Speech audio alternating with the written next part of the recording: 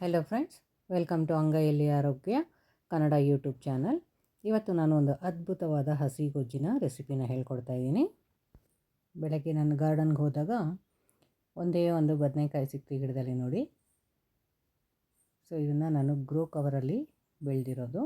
ಸ್ವಲ್ಪ ಪ್ಲ್ಯಾನ್ ಮಾಡಿದ್ರೆ ನಾವು ನಮಗೆ ಬೇಕಾಗಿರೋಂಥ ತರಕಾರಿಗಳನ್ನ ಈಸಿಯಾಗಿ ನಾವು ಮನೆ ಸುತ್ತಮುತ್ತನೇ ಬೆಳ್ಕೊಬೋದು. ನೋಡಿ, ಅವರೆಕಾಳು ಸೀಸನಲ್ಲಿ ಎಳೆ ಅವರೆಕಾಳನ್ನು ಅರ್ಧ kg ತೊಗೊಂಡಿದ್ದೀನಿ. ಹಾಗೆ 2 ಚೆನ್ನಾಗಿ ಹಣ್ಣಾಗಿರೋಂಥ ಟೊಮೊಟೊ, 6 ಹಸಿಮೆಣಸಿನ್ಕಾಯಿ, ಹಾಗೂ ನಾವು ತೋಟದಲ್ಲಿ ಕಿತ್ತು ತಂದಂಥ ಒಂದೇ ಒಂದು ಬದನೆಕಾಯಿ. ಆ ಬದನೆಕಾಯಿನ ಹೆಚ್ಚಿ ಅದರೊಳಗೆ ಹುಳ ಇದೆ ಇಲ್ಲೋ ಅಂತ ನೋಡಬೇಕು. ಮತ್ತು ಬದನೆಕಾಯಿನ ತೊಟ್ಟಿನ ಸಮೇತ ಹಾಕಬೇಕು.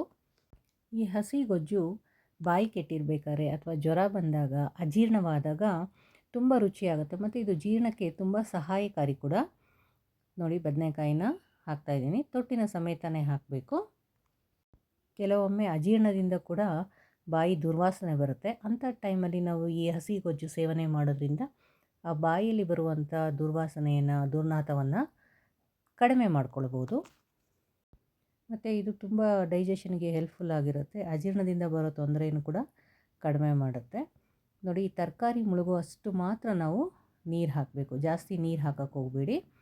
ಇಲ್ಲಿ ಸುಮಾರು 2 ಗ್ಲಾಸಷ್ಟು ನೀರು ಹಿಡಿಯುತ್ತೆ. ಅಷ್ಟೇ ನೀರನ್ನು ಹಾಕಿ 2 ವಿಷಲ್ ಕೂಗಿಸ್ಬೇಕು. ಸೀಸನಲ್ಲಿ ಯಾವ್ಯಾವ ತರಕಾರಿ ಕಾಳು ಸಿಗುತ್ತೆ ನಾವು ಅದನ್ನು ಆಯಾ ಸೀಸನಲ್ಲಿ ಚೆನ್ನಾಗಿ ಉಪಯೋಗಿಸ್ಬೇಕು. ಸೀಸನಲ್ಲಿ ಸಿಗುವಂಥ ತರಕಾರಿ ಮತ್ತು ಕಾಳುಗಳು ನಮಗೆ ನೇಚರ್ ಗಿಫ್ಟ್ ಅಂತ ಹೇಳಬೇಕು. ಆಯಾ ಸೀಸನ್ಗೆ ನಮ್ಮ ದೇಹಕ್ಕೆ ಏನು ಬೇಕೋ ಆ ಪೌಷ್ಟಿಕಾಂಶಗಳನ್ನು ನಾವು ನ್ಯಾಚುರಲಾಗೆ ನಮಗೆ ಒದಗಿಸ್ತಾ ಹೋಗುತ್ತೆ. ನೋಡಿ, ಇವಾಗ ರುಚಿಗೆ ತಕ್ಕಷ್ಟು ಹರಳುಪ್ಪನ್ನು ಹಾಕಿದ್ದೀನಿ. ಅವರೆಕಾಯಿಯಲ್ಲಿರುವ ಸೊಗಡು ಅಥವಾ ಸೊನೆ ಅಂತ ಏನು ಹೇಳ್ತೀವಿ, ಅದು ಒಂದು ಎಸೆನ್ಷಿಯಲ್ ಆಯಿಲ್ ಥರ ವರ್ಕ್ ಆಗುತ್ತೆ. ಈ ಚಳಿಗಾಲದಲ್ಲಿ ಚರ್ಮ ಒಡೆಯೋದು, ಬಿರುಕು ಬಿಡೋದು ಸಾಮಾನ್ಯ. ಸೊ ಅದನ್ನು ತಡೆಗಟ್ಟೋದಕ್ಕೆ ಈ ಅವರೆಕಾಳಿನಲ್ಲಿರುವಂಥ ಆಯಿಲ್ ನಮಗೆ ಹೆಲ್ಪ್ಫುಲ್ ಆಗುತ್ತೆ. ಸೊ 2-3 ಬೆಳ್ಳುಳ್ಳಿ ಹಾಕಿ 2 ವಿಷಲಷ್ಟು ಕೂಗಿಸಿದ್ರೆ ನೋಡಿ ಈ ಥರ ಚೆನ್ನಾಗಿ ಬೆಂದಿರುತ್ತೆ. ಕಾಳನ್ನು ಒಂದ್ಸರಿ ನಾವು ತೆಗೆದು ಕೈಯಲ್ಲಿ ಪ್ರೆಸ್ ಮಾಡಿ ನೋಡಿದ್ರೆ ಅದು ಸ್ಮ್ಯಾಶ್ ಆಗಬೇಕು. ಅಷ್ಟು ಬೆಂದರೆ ಸಾಕು. ಸೊ ಇವಾಗ ಬೆಂದಿರುವಂತಹ ಈ ಎಲ್ಲ ತರಕಾರಿಗಳನ್ನು ಮತ್ತು ಕಾಳನ್ನು ನಾವೇನು ಮಾಡಬೇಕು ಅಂದರೆ ಫಸ್ಟು ಸೋರು ಹಾಕ್ಕೋಬೇಕು. ಅದರಲ್ಲಿರೋಂಥ ನೀರನ್ನು ಕಂಪ್ಲೀಟಾಗಿ ಡ್ರೈನ್ ಔಟ್ ಮಾಡಿಬಿಟ್ಟು ತರಕಾರಿಗಳನ್ನೆಲ್ಲ ಸಪ್ರೇಟಾಗಿ ತೊಗೋಬೇಕು. ಕಾಳನ್ನು ಹಾಗೆ ಉಳಿಸ್ಕೊಳ್ಳಿ. ಕಾಳು ನಮಗೆ ನೆಂಚಕ್ಕೆ ಸಿಗುತ್ತೆ. ತುಂಬ ಬಿಸಿ ಇದೆ.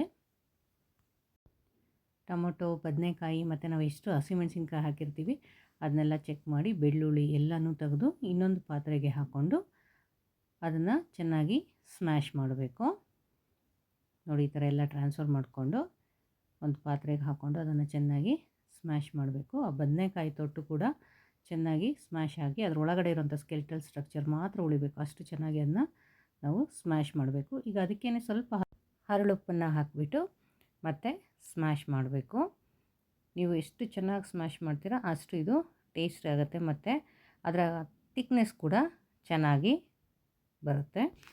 ಇದರಲ್ಲಿ ನಮಗೆ ಬದನೆಕಾಯಿ ಫ್ಲೇವರ್ ಒಂಚೂರು ಗೊತ್ತಾಗೋದಿಲ್ಲ. ನೋಡಿ, ಈ ಥರ ಸ್ಮ್ಯಾಶ್ ಆದಮೇಲೆ ಇದಕ್ಕೆ ಸಣ್ಣದಾಗಿ ಹೆಚ್ಚಿರೋಂಥ ಕೊತ್ತಂಬರಿ ಸೊಪ್ಪು ಸ್ವಲ್ಪ ಹಾಕ್ತಾಯಿದ್ದೀನಿ. ಹಾಗೆ ಒಂದು ದೊಡ್ಡ ಈರುಳ್ಳಿನ ಸಣ್ಣದಾಗಿ ಹೆಚ್ಚಿಕೊಂಡು ಹಾಕಬೇಕು. ಇದನ್ನು ಎಲ್ಲ ಸೇರಿಸಿ ಚೆನ್ನಾಗಿ ಸ್ಮ್ಯಾಶ್ ಮಾಡಬೇಕು. ಈಗಲೇ ಇದು ತುಂಬ ಘಮ ಘಮ ಅಂತ ವಾಸನೆ ಬರ್ತಾಯಿದೆ, ಬಾಯಲ್ಲಿ ನೀರು ಉರಿಸ್ತಾ ಇದೆ. ಸ್ವಲ್ಪ ಹುಳಿ ಬೇಕು ಅಂದವರು ಇದಕ್ಕೆ ಒಂಚೂರು ಹುಣಸೆಹಣ್ಣು ಹಾಕ್ಕೋಬೋದು. ನಾನು ಆಲ್ರೆಡಿ 2 ಟೊಮೊಟೊ ಹಾಕಿರೋದ್ರಿಂದ ನಾನು ಹುಣಸೆಹಣ್ಣು ಹಾಕ್ತಾಯಿಲ್ಲ. ಹುಳಿ ಇಷ್ಟಪಡೋರು ಒಂದೇ ಒಂದು ಸಣ್ಣ ಪೀಸಷ್ಟು ಹುಣಸೆಹಣ್ಣ ಕೂಡ ಇವಾಗ ಸ್ಮ್ಯಾಶ್ ಮಾಡೋದಕ್ಕೇ ಸೇರಿಸ್ಕೋಬೋದು. ಸ್ಮ್ಯಾಶ್ ಮಾಡ್ತಾಯಿದ್ರೇ ತುಂಬ ಘಮ ಘಮ ಅಂತ ಸ್ಮೆಲ್ ಬರ್ತಾಯಿದೆ. ನೋಡಿ, ಅವರೆಕಾಳು ಬೆಂದಿರೋದು ಮತ್ತು ಆ ಬೆಂದಿರೋ ಟೇಸ್ಟು ಮತ್ತು ಆ ಕಟ್ಟನ್ನು ಕೂಡ ನಾವು ಇದಕ್ಕೆ ಹಾಕೋದ್ರಿಂದ ಈ ಗೊಜ್ಜು ತುಂಬ ಟೇಸ್ಟಿಯಾಗಿರುತ್ತೆ. ನೋಡಿ, ತುಂಬ ತೆಳು ಮಾಡ್ಕೋಬಾರ್ದು. ಇದು ಕನ್ಸಿಸ್ಟೆನ್ಸಿ ಸ್ವಲ್ಪ ತಿಕ್ಕಾಗಿರಬೇಕು. ಈ ಅವರೆಕಾಳನ್ನು ನಾವು ನೆಂಚಕ್ಕೆ ಹಾಗೆ ಇಟ್ಕೋಬೇಕು. ಬಿಸಿ ಅನ್ನಕ್ಕೆ, ಬಿಸಿ ಬಿಸಿ ಮುದ್ದೆಗೆ ಇದು ತುಂಬ ರುಚಿಯಾಗಿರುತ್ತೆ. ನೋಡಿ, ಈ ಕನ್ಸಿಸ್ಟೆನ್ಸಿಲಿ ನಾವು ಇದನ್ನು ಇಟ್ಕೋಬೇಕು. ಎಣ್ಣೆ ಬೆಣ್ಣೆ ಯಾವುದೂ ಇಲ್ಲದೆ ಇರುವಂತಹ ಸಿಂಪಲ್ ಆದ ಒಂದು ಟ್ರೆಡಿಷ್ನಲ್ ಆದ ಗೊಜ್ಜು ಅವರೆಕಾಳು ಅಥವಾ ಅವರೆಕಾಳು ಹಸಿ ಗೊಜ್ಜು ಮುದ್ದೆ ಜೊತೆ ತಿನ್ನಲು ರೆಡಿಯಾಗಿದೆ. ಈ ರೆಸಿಪಿನ ಒಮ್ಮೆ ಟ್ರೈ ಮಾಡಿ ನೋಡಿ.